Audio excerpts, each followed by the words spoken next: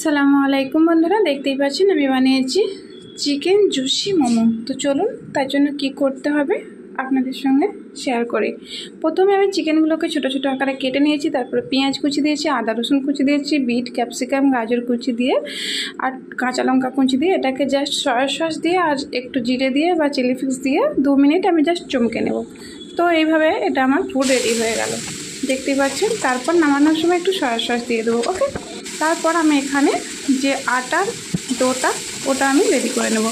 আটার ডোতে কী করতে হবে, ময়দা নিয়ে নেব, তারপর ওতে একটু জিরে দেব, সামান্য পরিমাণে তেল দেব, নুন দেব আর হালকা কুসুম গরম পানি দেব। দিয়ে আমি ডোটা রুটির মতো আকারে একটা ডো বানিয়ে নেব। তারপর এটা লুচির আকারে শেপ দিয়ে নেব। দিয়ে তারপর আমার যে পুরটা রেডি ছিল ওটা আমি এতে অ্যাড করে প্রত্যেকটা ভিন্ন ভিন্ন ডিজাইন কেমন বানিয়েছি দেখতেই পাচ্ছেন আপনারা।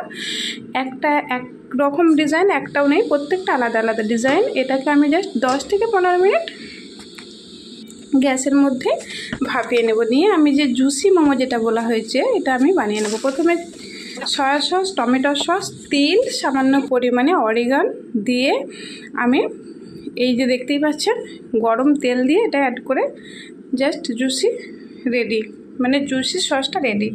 আর আমার এদিকে ভাপানো মোমোটাও রেডি।